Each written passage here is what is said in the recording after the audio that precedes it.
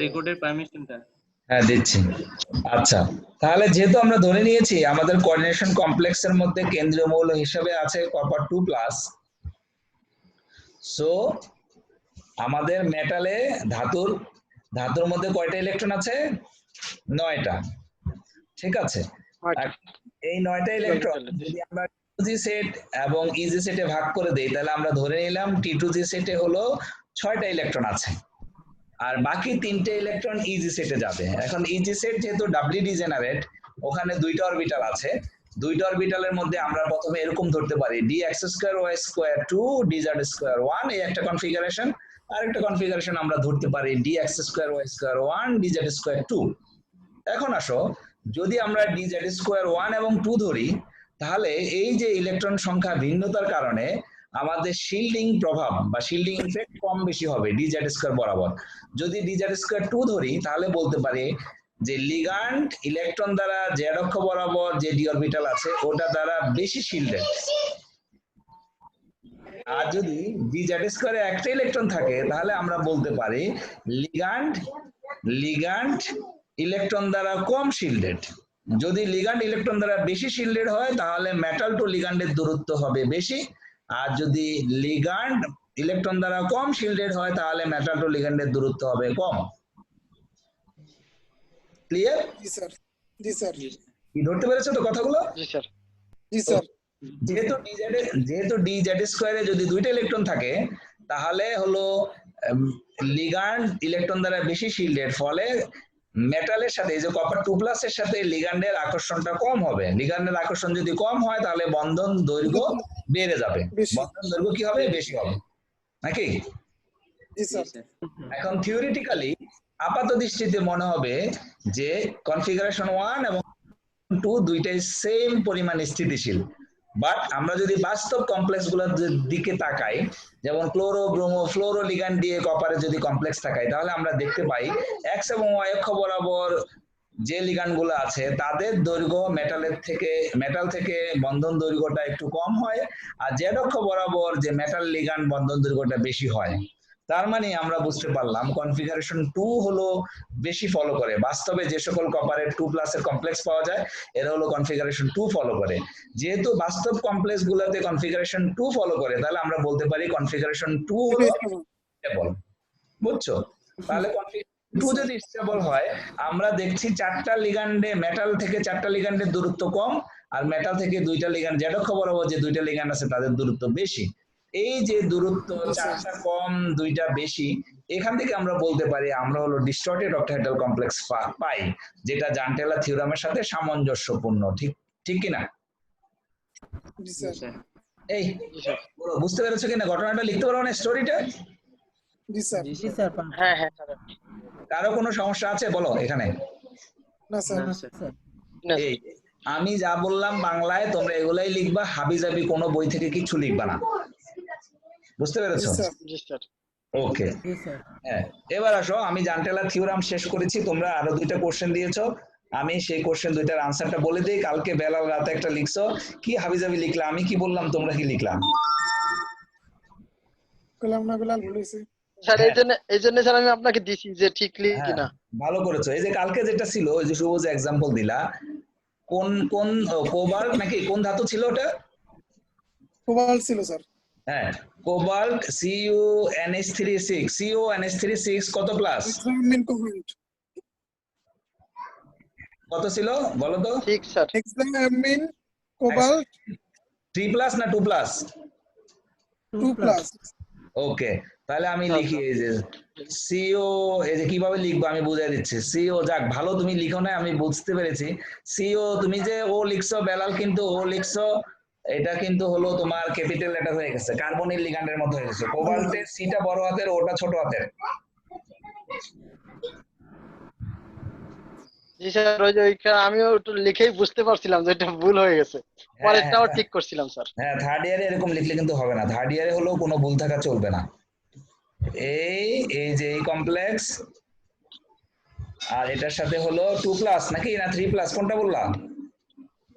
2 plus 2 plus 2 plus আমি লিখলাম 2 plus 3 plus দিলেও সমস্যা নাই দিতে পারো। আচ্ছা আরেকটা না বিরাট সমস্যা আছে এই যে পরের কোশ্চেনে গেলেই বুঝবা বুঝছো সমস্যা নাই কেন অবশ্যই সমস্যা আছে আর আরেকটা হলো আমি যেটা স্যার দুইটাতে 3 প্লাস স্যার আমি যেটা দিলাম দুইটাতে 3 প্লাস আচ্ছা তাহলে 3 প্লাস দিয়ে নিও অসুবিধা নাই এটা হলো আচ্ছা আমি আর লিখলাম না 5টা এখানে আছে 5টা NH3 আর একটা হলো Aqua। H2 একটা H2O ওকে ওকে H2O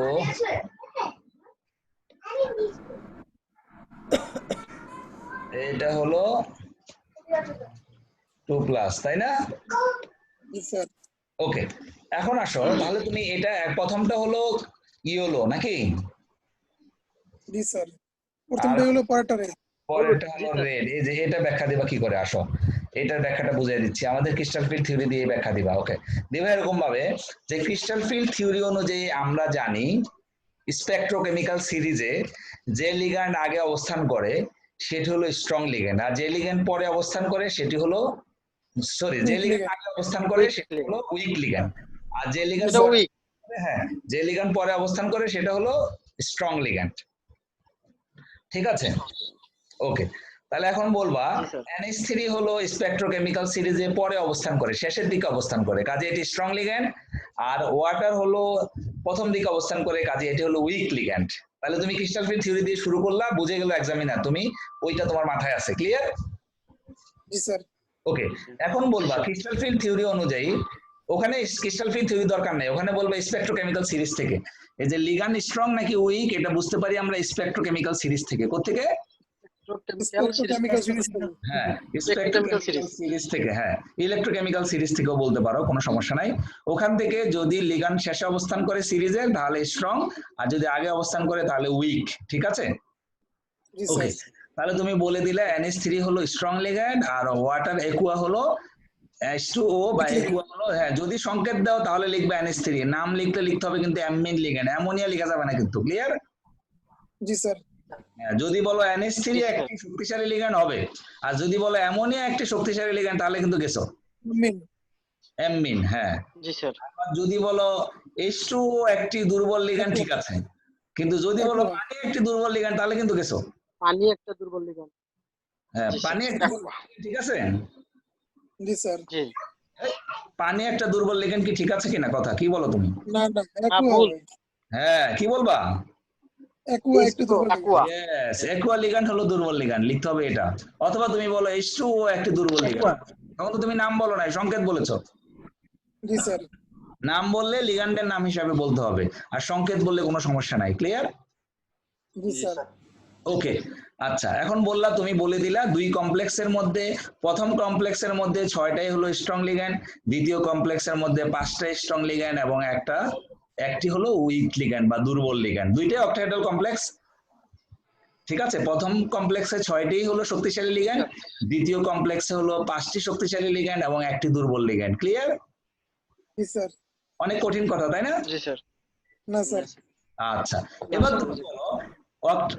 তুমি বলো CFT অথবা ক্রিস্টাল ফিল্ড থিওরি থেকে আমরা জানি স্ট্রং লিগ্যান্ড যদি থাকে তাহলে ক্রিস্টাল ফিল্ড স্প্লিটিং এর মান ডেল্টা ও এর মান বেশি হয় ডেল্টা ও এর মান কি হয় বেশি হয় মান বেড়ে যায় বেশি হয় হ্যাঁ আবার বলছি যে ক্রিস্টাল ফিল্ড থিওরি থেকে আমরা জানি কোন কমপ্লেক্সে মেটালের সঙ্গে যদি শক্তিশালী লিগ্যান্ড থাকে তাহলে T2G সেট এবং EG সেটের মধ্যকার পার্থক্য অর্থাৎ ডেল্টা ও এর মান বেশি হয় ক্লিয়ার স্যার আচ্ছা যদি আর ওই জায়গায় পার্থক্য বলতেছি ওই জায়গা হচ্ছে পার্থক্য কি পার্থক্য বলতে হবে শক্তির পার্থক্য না কি পার্থক্য এই যে তুমি তো বলেই দিলে এনার্জির পার্থক্য T2G সেট এবং EG সেটের মধ্যকার পার্থক্য এটা তো অবশ্যই এনার্জি ডায়াগ্রামের কথাই বলছো এনার্জি তো বলছো জি স্যার তুমি যখন বলে দিলা T2G সেট এবং EG সেটের মধ্যকার পার্থক্য বেশি হয় অর্থাৎ ডেল্টা ও এর মান বেশি হয়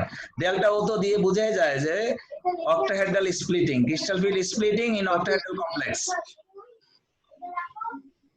ক্লিয়ার জি স্যার তাহলে আমরা বলছি যে যদি স্ট্রং লিগ্যান্ড হয় তাহলে হলো T2G সেট এবং ইজি সেটের মধ্যকার পার্থক্য বেশি হয়।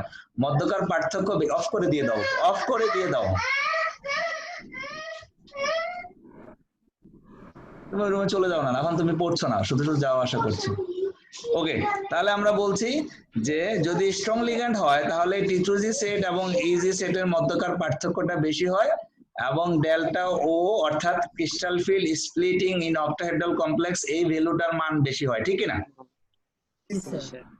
ওকে, তাহলে এই কমপ্লেক্সে ইলেকট্রনিক এক্সাইটেশনের জন্য উত্তেজিত হওয়ার জন্য অর্থাৎ ইলেকট্রন T2G সেট থেকে ইজি সেটে যাওয়ার জন্য সাদা আলো থেকে বেশি অংশ শোষণ করবে, কম অংশ হলো তোমার কি করবে, ট্রান্সমিট করবে, ঠিক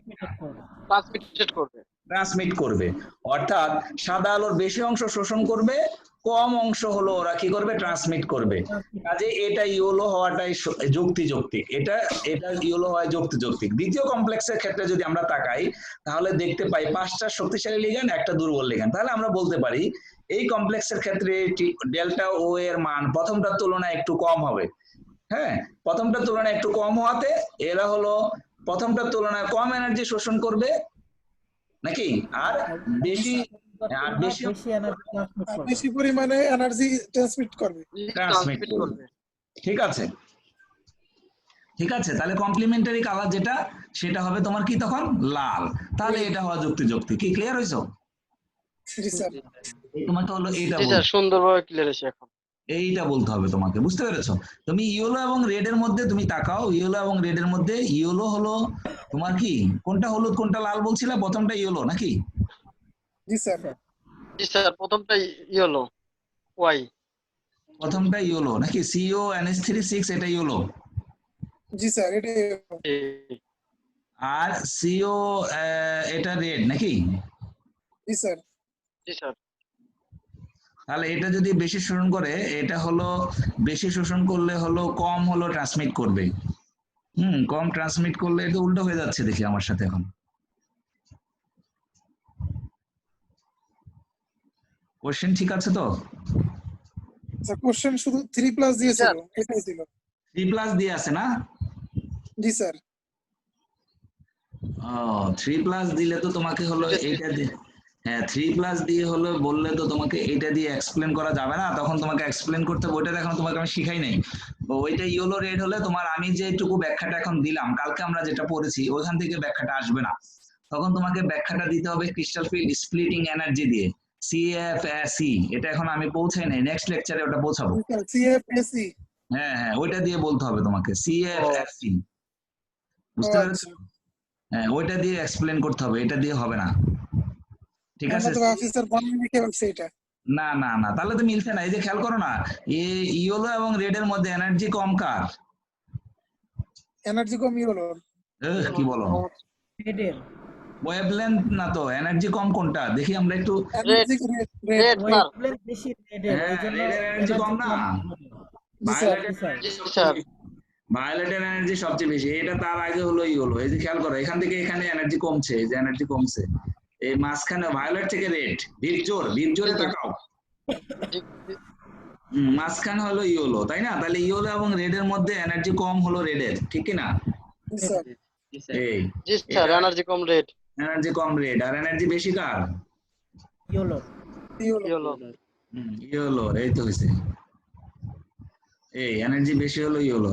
তাহলে খেয়াল করো তো, ও হলো বেশি এনার্জি শোষণ করে, যেহেতু এখানে পার্থক্যটা বেশি। ধরো এই যে পার্থক্যটা বেশি, এই যে এরকম ধরো এইটুকু পার্থক্য, আর এখানে ধরো এইটুকু পার্থক্য, এই যে এইটুকু। হ্যাঁ, তাহলে খেয়াল করো তো এখানে বেশি অংশ শোষণ করবে, বেশি অংশ শোষণ করে ইলেকট্রনিক ট্রানজিশন ঘটবে, ডিজি ট্রানজিশন ঘটবে, ডিডি ট্রানজিশন, T2G সেট থেকে ইজি সেটে যাবে ইলেকট্রন, তাই না?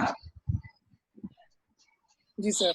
হ্যাঁ, তাহলে তুমি ট্রান্সমিটেড এনার্জির মান হয়ে যাবে কম। এই ক্ষেত্রে ট্রান্সমিটেড এনার্জির মান হয়ে যাবে কম। যদি এটা রেড হতো তাহলে আমাদের এক্সপ্লানেশনের সাথে মিলে যেত, কিন্তু এটা তো ইয়েলো দিয়েছে। জি স্যার। এই কাজে এই ব্যাখ্যা তুমি, হ্যাঁ এই কমপ্লেক্সকে তুমি যেভাবে কোশ্চেন দিয়েছে এটা তুমি এইভাবে এক্সপ্লেন করতে পারবা না। এটা ক্রিস্টাল ফিল্ড এক্সপ্লেন ওইটা দিয়ে ব্যাখ্যা করতে হবে। 2+ দিলে চেঞ্জ করে দিলে করা যেত। হ্যাঁ 2+ দিলে এটা হতো, 2+ দিলে এটা চেঞ্জ হয়ে যেত। জি স্যার, আচ্ছা ঠিক আছে, ওইভাবে তাহলে আমরা লিখে রাখি। হ্যাঁ হ্যাঁ, কি বুঝতে পেরেছো কথা?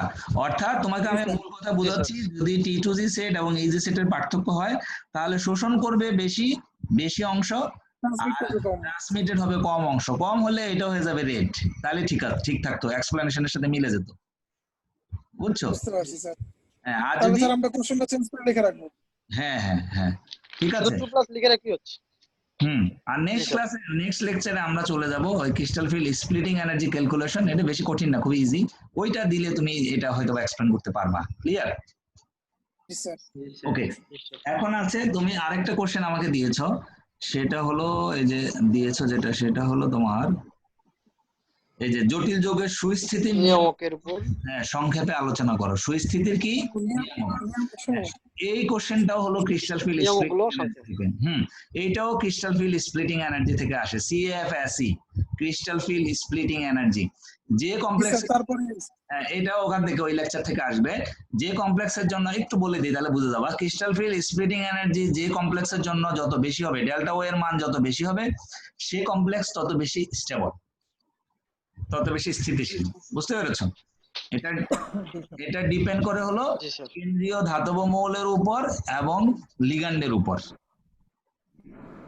কিসের উপর ডিপেন্ড করে? ধাতব মৌলের উপর এবং কেন্দ্রীয় লিগ্যান্ডের উপর। এবং লিগ্যান্ডের উপর। হ্যাঁ, ওকে, স্যার আচ্ছা, এখানে একটা কোশ্চেন আছে স্যার। হ্যাঁ বলো বলো। এটার সাথে যেহেতু পাইলাম, এখানে হুম, কোশ্চেন ছিল যে সিএফটি দ্বারা কিভাবে অবস্থান্তর ধাতব জটিল যৌগের বর্ণ ব্যাখ্যা করা যায়। এই যে এটা এই কি যে এখানে এই যে কারেক্ট? তখন তো এইটুকু, এই যে এখন এতক্ষণ পর্যন্ত আমরা যা বললাম এটা দিয়ে ওই যে কালকে শিখাইলাম যে যদি T2G set easy set, CFT তে এটা নিয়ে কথা বলে T2G সেট ইজি সেটের মধ্যে ডিফারেন্সটা কেমন হবে, কম না বেশি, স্ট্রং লিগ্যান্ড আর উইক লিগ্যান্ড দ্বারা, তাই না? তখন আমি ওই ব্যাখ্যাটা দিয়ে দিব। এই ব্যাখ্যাটা দিবে, এই যে এতক্ষণ পর্যন্ত আমরা যে ব্যাখ্যাটা আলোচনা করলাম এইটাই ব্যাখ্যা করবা। আচ্ছা স্যার। আর এটার সাথে আরেকটা কোশ্চেন, বলো। জটিল যৌগের রং লিগ্যান্ডের প্রকৃতির উপর নির্ভর করে। এই যে এটা তো এই যে এটা থেকে ক্লিয়ার, একই জিনিস। যোগের রং, এই যে বললা লিগ্যান্ড যে এখানে 6টাই স্ট্রং আছে, এই জন্য হলো এটা হয়েছে ইয়েলো, এখানে একটা মাত্র উইক লিগ্যান্ড আসছে এই জন্য হয়েছে তোমার হলো রেড। তাহলে জটিল যোগের রং আমরা বলতে পারি লিগ্যান্ডের প্রকৃতির উপর ডিপেন্ড করে নাকি করে না? দুইটা করে কমপ্লেক্স স্যার। এক্সাম্পল দিবা, দুইটা কমপ্লেক্স এক্সাম্পল করে। নিলাই, এই দুইটা। এখানে বললা কেন্দ্রীয় মৌল সেম, ধাতুর অক্সিডেশন স্টেট সেম, শুধুমাত্র লিগ্যান্ড চেঞ্জ হলো। জি স্যার। তার মানে স্যার এক জায়গা থেকে দুইটা কোশ্চেন দিছে। এক জায়গা থেকে দুইটা কোশ্চেন ঘুরে লিখছে আর কি। জি স্যার। স্যার আমি একটা কথা বলি। হ্যাঁ বলো। ওই স্যার যে বিভিন্ন নিয়ামক গুলো যেটা, ওইটা কি যে স্যার ওই যে আমরা ক্রিস্টাল ফিল্ড স্প্লিটিং যে ডেল্টা নট যেটার উপর নির্ভরশীল ছিল, নট না, যেমন হচ্ছে একই ধাতুর বিভিন্ন চার্জের মানের ডেল্টা ও, একই ধাতুর বিভিন্ন চার্জের মানের উপর, তারপরে বিভিন্ন ধাতুর বিভিন্ন চার্জের মানের উপর, ক্যাটায়নের চার্জের উপর, ওইগুলো নাকি স্যার নিয়ামক? ওইটা হলো ডেল্টা ও এর ভ্যালুটা বেশি হবে নাকি কম হবে সেই নিয়ামক। কিন্তু তুমি যদি বলো স্টেবিলিটির নিয়ামক তাহলে সিএফএসি। বুঝতে পেরেছো? ডেল্টা ও জি ভ্যালুটা কম হবে নাকি বেশি হবে, এইটা কি কি বিষয়ের উপর নির্ভর করে, সেটা হলো আমি তোমাকে যেটা পড়িয়েছি, এই যে তুমি এতক্ষণ যা বললা। ডিপেন্ড করে, সেগুলো তো ওইগুলো। হ্যাঁ হ্যাঁ, অর্থাৎ জি তোমাকে স্যার। যদি বলে ডেল্টা ও এর মান নির্ভর করে নিয়ামক গুলোর নাম লিখো, তখন হলো ওইটা লিখবা, এই যে এতক্ষণ পর্যন্ত তুমি যা বললা। জি বুঝতে স্যার। পেরেছো?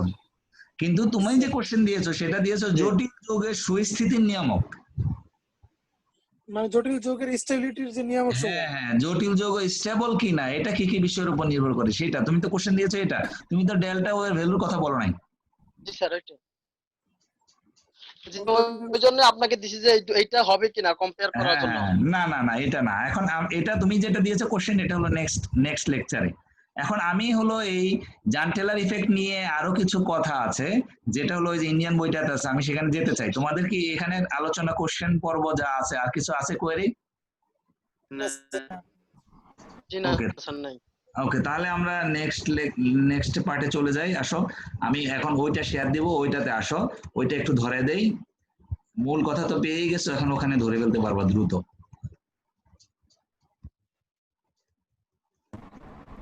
ওকে, আসো আমরা সেখানে যাই, তাহলে ওইটা ওপেন করি।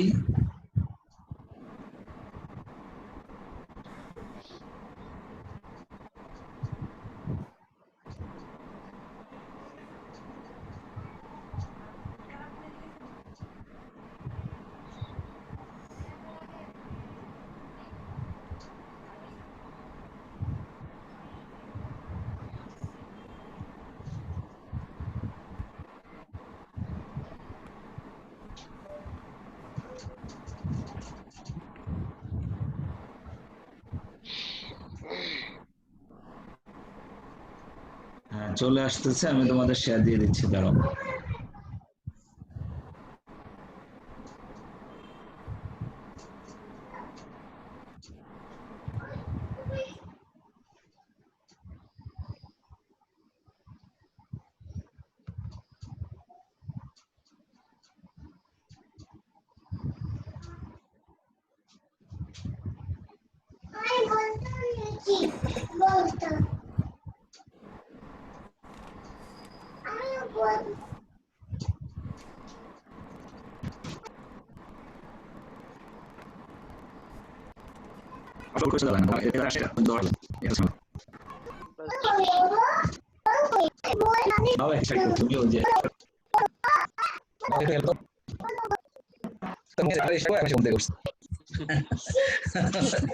বুঝতে পেরেছো, আমি 8টায় দিলাম, 8টায়।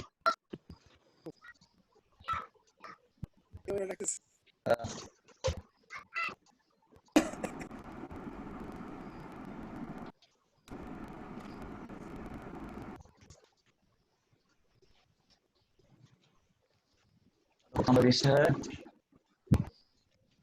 415, হ্যাঁ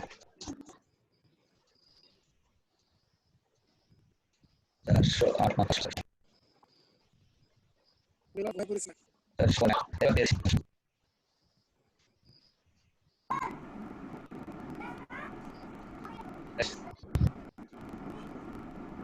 Trans ligand located Z axis. হ্যাঁ, এবার দেখো তো নতুন শেয়ারটা পাচ্ছ কিনা, আরেকটা শেয়ার দিয়েছেন। Sir, nature of metal ligand bonding in হ্যাঁ হ্যাঁ হ্যাঁ হ্যাঁ, complexes. পেয়েছো? Yes, sir. ওকে, এই যে কালকে আমরা যেটা 3 প্রকারে বলছিলাম, একটা হলো টু ফোল্ড অ্যাক্সিস, যদি হয়, যদি ডিস্টরশনটা হয় টু ফোল্ড অ্যাক্সিস বরাবর, তাহলে বলছিলাম আমরা হলো যে ডায়াগোনালি ডিস্টর্টেড, ট্রাইগোনালি, টেট্রাগোনালি বলছিলাম না, ডিস্টর্টেড নানান টাইপের ডিস্টরশন বলেছিলাম, তাই না? ওকে, তাহলে আমরা বলছিলাম যে CuNH3 কে যদি পানিতে দাও তাহলে আরো 2টা লিগ্যান্ড চলে আসে, এটা অক্টাহেড্রাল কমপ্লেক্স হয়। 6টা লিগ্যান্ড যেহেতু আছে, 4টা লিগ্যান্ড হলো এই যে NH3 গুলো হলো x অক্ষ y অক্ষ বরাবর থাকে, আর পানি 2টা চলে যায় হলো z অক্ষ বরাবর, তাই না? Yes, sir. তাহলে হ্যাঁ, একোয়া লিগ্যান্ড গুলো চলে যায় z অক্ষ বরাবর, ফলে হলো বন্ড লেন্থ একটু বেড়ে যাবে, ঠিক কি না? Yes, sir. আমরা বলছিলাম, তাহলে তুমি কি রেগুলার অক্টাহেড্রাল কমপ্লেক্স পাবা নাকি ডিস্টর্টেড অক্টাহেড্রাল কমপ্লেক্স পাবা? Distorted octahedral complex. হ্যাঁ, এবং এটা কোন থিওরি দিয়ে তুমি বললা, এটা কোন থিওরি দিয়ে? John Taylor. হ্যাঁ, জান টেলার ইফেক্ট দিয়ে, জান টেলার ইফেক্ট দিয়ে। এই যে দেখো, এখানে আমরা চলে আসি এখন, এইবার এটাতে আসো, তাকাও, এই যে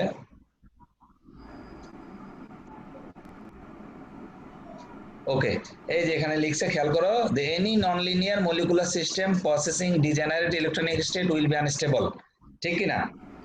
And Yes, sir. will undergo distortion to form a system lower symmetry, lower energy, and thus will remove degeneracy. হ্যাঁ, কম এনার্জি বিশিষ্ট অবস্থায় যাবে এবং ডিজেনারেসি নষ্ট হয়ে যাবে, ঠিক ক্লিয়ার? Yes, sir. ওকে, এখন আসো, এই বইতে খুব সুন্দর কিছু লিখছে, আমি এটাই তোমাদের এক্সপ্লেন করে দিই, এটা পাবাই যে symmetrical and unsymmetrical T2G and EG orbital. এই যে T2G সেট এবং EG সেটকে আমরা সিমেট্রিক্যাল এবং আনসিমেট্রিক্যাল দিয়ে ডিফাইন করব, বুঝতে পেরেছো? কখন তুমি বলবা সিমেট্রিক্যাল, কখন তুমি বলবা আনসিমেট্রিক্যাল, এটা খেয়াল করো। ওকে, খেয়াল করো তো, T2G তে যদি আমরা জানি T2G তে কয়টা অরবিটাল আছে? T2G সেটের মধ্যে 3টা। যদি যদি শূন্য ইলেকট্রন থাকে, যদি 3টে ইলেকট্রন থাকে, যদি 6টা ইলেকট্রন থাকে, তাহলে খেয়াল করো, কোনো ইলেকট্রন নাই, অর্ধপূর্ণ আছে, পূর্ণ আছে, পূর্ণ আছে, তাহলে এই কন্ডিশন গুলো হলো সিমেট্রিক্যাল। এগুলো কি? মানে স্যার পূর্ণ, অর্ধপূর্ণ, খালি, সিমেট্রিক্যাল। খালি, অর্ধপূর্ণ, পূর্ণ, অথবা পূর্ণ, অর্ধপূর্ণ, খালি, যেভাবে বলো, অসুবিধা নেই, এগুলো হলো সিমেট্রিক্যাল। এগুলো কি? সিমেট্রিক্যাল। আচ্ছা, কেন সিমেট্রিক্যাল বলতেছি বুঝে নাও। ধরো 3টা আছে, তাহলে DXY তে একটা, DYZ এ একটা, DZX এ একটা, তাহলে সেম কিনা? জি স্যার। এই জন্য আমরা বলতেছি সিমেট্রিক্যাল। আবার ধরো 6টা আছে, তাহলে DXY তে 2টা, DYZ এ 2টা, DZX এ 2টা, তাহলে সেম কিনা? 3টাই সেম কিনা? জি স্যার। জি স্যার। তাহলে আমরা বলতে পারি এটা সিমেট্রিক্যাল না। এখন একটু চার্জারটা দাও তো আমাকে। তাহলে আমরা বলতে পারি এটা সিমেট্রিক্যাল। তাহলে সিমেট্রিক্যাল কি ক্লিয়ার হয়েছে? আর শূন্য মানে সবগুলোই সেম, কোনোটাতেই কোনো ইলেকট্রন নাই, সেটাও সিমেট্রিক্যাল, ঠিক কি না? স্যার। জি স্যার। ওকে, এর বাইরে যে কনফিগারেশন, ধরো T2G তে একটা ইলেকট্রন আছে, এই যে মাঝখানে যে 0 আর 3 এর মধ্যে যে দুইটা সংখ্যা, এই যে খেলো 1 2, আবার 3 এবং 6 এর মধ্যে যে সংখ্যাগুলো 4 5, এই যে দুইটা, এগুলো হলো আনসিমেট্রিক্যাল। কি ধরতে পেরেছো? জি স্যার। এই তাহলে সিমেট্রিক্যাল এবং আনসিমেট্রিক্যাল কি ক্লিয়ার হয়েছে? জি স্যার। তাহলে T2G সেটে আমরা জানি 3টা অরবিটাল আছে। 3টা অরবিটাল যদি ইলেকট্রন দ্বারা পূর্ণ থাকে অথবা অর্ধপূর্ণ থাকে অথবা ফাঁকা থাকে, তাহলে আমরা এই কন্ডিশনগুলোকে বলবো সিমেট্রিক্যাল। ক্লিয়ার? জি স্যার। আর এর বাইরে যেগুলো আসবে তাই আনসিমেট্রিক। হ্যাঁ, ওগুলো হলো আনসিমেট্রিক্যাল। এই তাহলে সিমেট্রিক্যাল আনসিমেট্রিক্যাল কি ক্লিয়ার? জি স্যার। ওকে, এবার আসো আমরা ইজি সেটে চলে যাই। ইজি সেটে আমরা জানি 2টা অরবিটাল আছে, তাই না? জি স্যার। ওকে, এই 2টা অরবিটালে যদি, এই যে খেয়াল করো, যদি শূন্য থাকে, পূর্ণ থাকে অথবা অপূর্ণ থাকে, এই যে পূর্ণ অথবা অপূর্ণ, এখানে অর্ধপূর্ণটাকে ধরা যাবে না, পূর্ণ অথবা অপূর্ণ, এই যে 0 অথবা 4, তাহলে সিমেট্রিক্যাল। জি স্যার। ওকে, আর মাঝখানে যে দুইটা আছে, দুইটা বাদ, দুইটাকে বিবেচনাই করবো না। 1 এবং 3 যদি থাকে, 0 থেকে 4 এর মধ্যে 3টা সংখ্যা 1 2 3, কিন্তু 2 বাদ, কেন বাদ আমি বলছি একটু পরে। ওকে, 1 এবং 3 যদি থাকে তাহলে সেটা আনসিমেট্রিক্যাল। সেটা কি? আনসিমেট্রিক্যাল। সিমেট্রিক। এখন আসো, এই যে যদি ইজিতে 2টা থাকে, তাহলে হাই স্পিন কমপ্লেক্স যদি হয়, অর্থাৎ লিগ্যান্ড যদি দুর্বল হয়, হাই স্পিন কমপ্লেক্স তখন হয় আমরা যখন লিগ্যান্ডটা হয় দুর্বল, ঠিক কি না? জি স্যার। ওকে, সেই ক্ষেত্রে হলো যখন করতে পারি না। হ্যাঁ, dx² একটা, dz² একটা, তাহলে দেখা যাচ্ছে সিমেট্রিক্যাল। কিন্তু যদি লো স্পিন কমপ্লেক্স হয়, সেক্ষেত্রে তো একটাতেই দুইটা চলে যাবে, লিগ্যান্ড যেহেতু স্ট্রং, ও চাপিয়ে হলো একটাতে নিয়ে যাবে, ঠিক কি না? জি স্যার। প্যাড হবে এইজন্য। হ্যাঁ, তাহলে আমরা দেখতেছি কি যে ইজি সেটে যদি 2টা ইলেকট্রন থাকে, তাহলে সেটা সিমেট্রিক্যাল হতেও পারে, নাও হতে পারে, ঠিক কি না? জি স্যার। ডিপেন্ড করে লিগ্যান্ডের উপর। লিগ্যান্ডের উপর, এই জন্য আমরা এটাকে বাদ দিয়ে ফেলেছি। জি স্যার। তাহলে T2G সেটকে আমরা কখন সিমেট্রিক্যাল বলবো, কখন আনসিমেট্রিক্যাল বলবো, ক্লিয়ার হয়েছে? জি স্যার। ওকে, এখন আসো এই সিমেট্রিক্যাল আনসিমেট্রিক্যাল দিয়ে কি করব। এই কন্ডিশন দিয়ে আমি বলবো কোথায় ডিসটরশন বেশি হবে, কোথায় ডিসটরশন কম হবে, বুঝতে পারছো? এই পুরো ব্যাখ্যা আছে এখানে, আমি তোমাকে এটা ধরে দিয়েছি। যদি দুইটাই হয় symmetrical, T2G set symmetrical, easy set symmetrical, তাহলে নো ডিসটরশন, অর্থাৎ কমপ্লেক্সে কোনো ডিসটরশন হবে না, মানে স্টেবল। এটা কমপ্লেক্স। ক্লিয়ার? জি স্যার। যে তোমরা বুঝছো না ফ্যাক্টর কি নিয়ম কি কমপ্লেক্স স্টেবল হওয়ার জন্য, এই যে এক নিয়ম ঠিক যে T2G সেট এবং ইজি সেট সিমেট্রিক্যাল কিনা, এটা দেখে আমরা বলতে পারবো যে কমপ্লেক্স স্টেবল নাকি আনস্টেবল। ক্লিয়ার? জি স্যার। T2G সেট যদি হয়, ভাগ সিমেট্রিক্যাল, কিন্তু সিমেট্রিক্যাল, তাহলে হলো তোমরা এই ডিসটরশন হবে, এটা স্লাইড ডিসটরশন, বুঝতে পারছো? ডিসটরশন হ্যাঁ, সামান্য ডিসটরশন। তাহলে T2G সেট যদি হয় আনসিমেট্রিক্যাল বা ইজি সেট সিমেট্রিক্যাল, তাহলে হবে স্লাইড ডিসটরশন, কম ডিসটরশন হবে, বিকৃতির পরিমাণটা কম হবে। কি? জি স্যার। আচ্ছা, দুটোই হবে। হ্যাঁ, আবার যদি ইজি সেট হয় সিমেট্রিক্যাল বা T2G সেট সিমেট্রিক্যাল, তাহলে হলো স্ট্রং ডিসটরশন। তাহলে মেইনলি ডিসটরশনের জন্য দায়ী কোন সেট? জি স্যার। Easy set. ক্লিয়ার হয়েছে? জি স্যার। এখন আসো, এই দেখো এখানে দেখো ডিতে একটা থাকে, ডিতে এক, ইজিতে 0, এই জন্য হলো সিমেট্রিক্যাল, ইজি মানে ঠিক না? জি স্যার। তাহলে আমি যখন প্রশ্ন করি D1 ঠিক আছে, হলো 2G1 0, তাহলে কি ধরনের ডিসটরশন শো করবে? কি স্লাইড নাকি স্ট্রং নাকি নো? হ্যাঁ, T2G সেট হলো আসিমেট্রিক্যাল। এই যে ইজি সেট T2G সেটে 1 একটা ইলেকট্রন আছে, আমরা তো জানি T2G সেটে 0 3 6 এরকম থাকলে সিমেট্রিক্যাল, এছাড়া আমরা কাটেই হলো আনসিমেট্রিক্যাল। তুমি তো সিমেট্রিক্যালটা মনে রাখবা, 0 3 হয় T2G এরকম থাকলে সিমেট্রিক্যাল। এবার কি হবে? আনসিমেট্রিক্যাল। আনসিমেট্রিক্যাল। আর ইজি জানি 0 হয় তাহলে সিমেট্রিক্যাল, ইজি দেখো 0 সিমেট্রিক্যাল না আনসিমেট্রিক্যাল? সিমেট্রিক্যাল। তাহলে T2G set unsymmetrical, easy symmetrical. তাহলে কি ধরনের ডিসটরশন, স্লাইড নাকি স্ট্রং?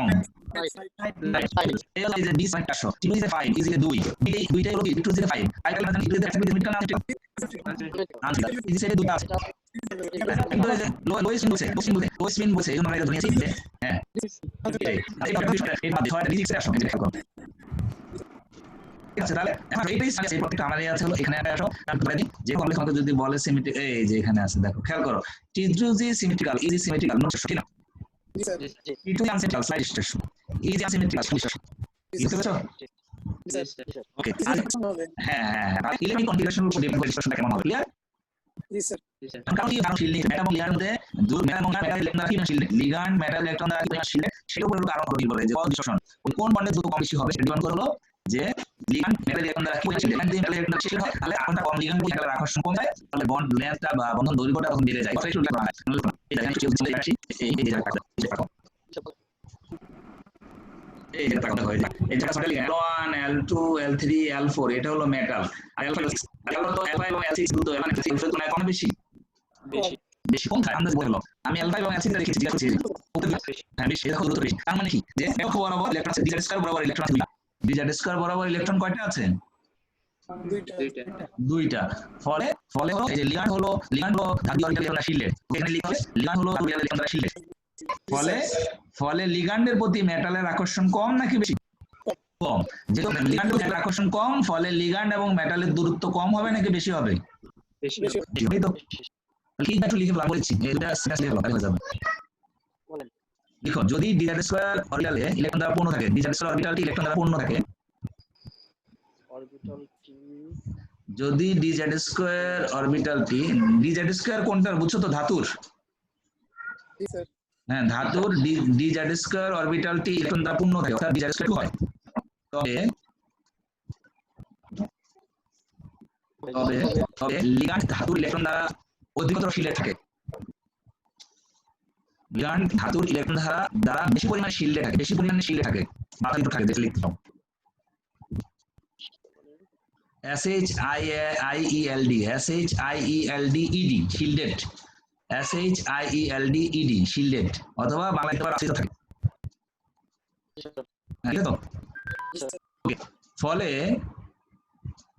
লিগ্যান্ডের প্রতি ধাতুর আকর্ষণ কমে যায়, ফলে লিগ্যান্ডের প্রতি ধাতুর আকর্ষণ কমে যায়, তাই মেটাল টু লিগ্যান্ড দূরত্ব বেড়ে যায়, তাই মেটাল টু লিগ্যান্ড দূরত্ব বেড়ে যায়। ক্লিয়ার হয়েছে? এই কথাগুলি তাহলে এই চিত্রে আসো, এই চিত্রটা দেখো, এটা হবে কথা এই ধ্যান দেবো এখানে হলো ডি স্কয়ার বরাবর ইলেকট্রন আছে, এটা কোন ডি স্কয়ার আছে বুঝছো, আর ডি স্কয়ার স্কয়ার আছে, তাহলে হলো একটা বরাবর যে লিগ্যান্ডগুলো আছে ওগুলো হলো বেশি শিল্ডটা ওদের দূরত্ব বেড়ে গেছে, আর যেটা বরাবর যে লিগ্যান্ড আছে এগুলো কম শিল্ড, ফলে মেটাল টু লিগ্যান্ড দেখো বরাবর যে লিগ্যান্ড আছে ওগুলো আকর্ষণ বেড়ে গেছে, আকর্ষণ লিখতে হবে কমে যাবে, ওই যে আগের রুলটা লিখতে পারবা না? এই তাহলে দুই ক্ষেত্রে আমরা ডিসঅর্ডার অক্টাহেড্রাল কমপ্লেক্স পাচ্ছি তাই না? তাহলে বন্ধন বিষয়কে কখন কম হয়ে ক্লিয়ার হয়েছে? আর ডিসঅর্ডার কারণটা কি ক্লিয়ার হয়েছে? তাহলে কখন ডিসঅর্ডার কখন স্ট্রং ডিসঅর্ডার কম বাই ডিসঅর্ডার দিয়া আমি আপনি জানতে চাইলে শুনতাম নেক্সট আমরা কিছু সিচুয়েশন এক্সপ্লেইন করব। ওকে কালকে আমরা কি কালকে বিকাল কি ফ্রি নাকি ব্যস্ত? সমস্যা নেই স্যার। কয়টার দিকে? 5টায়। হ্যাঁ 5টায় ঠিক আছে, কালকে 5টায় দাঁড়ান। হ্যাঁ ঠিক আছে। ওকে তাহলে ভালো থাকো, আমরা আজকে এখানে শেষ করলাম। হ্যাঁ ওয়ালাইকুম আসসালাম।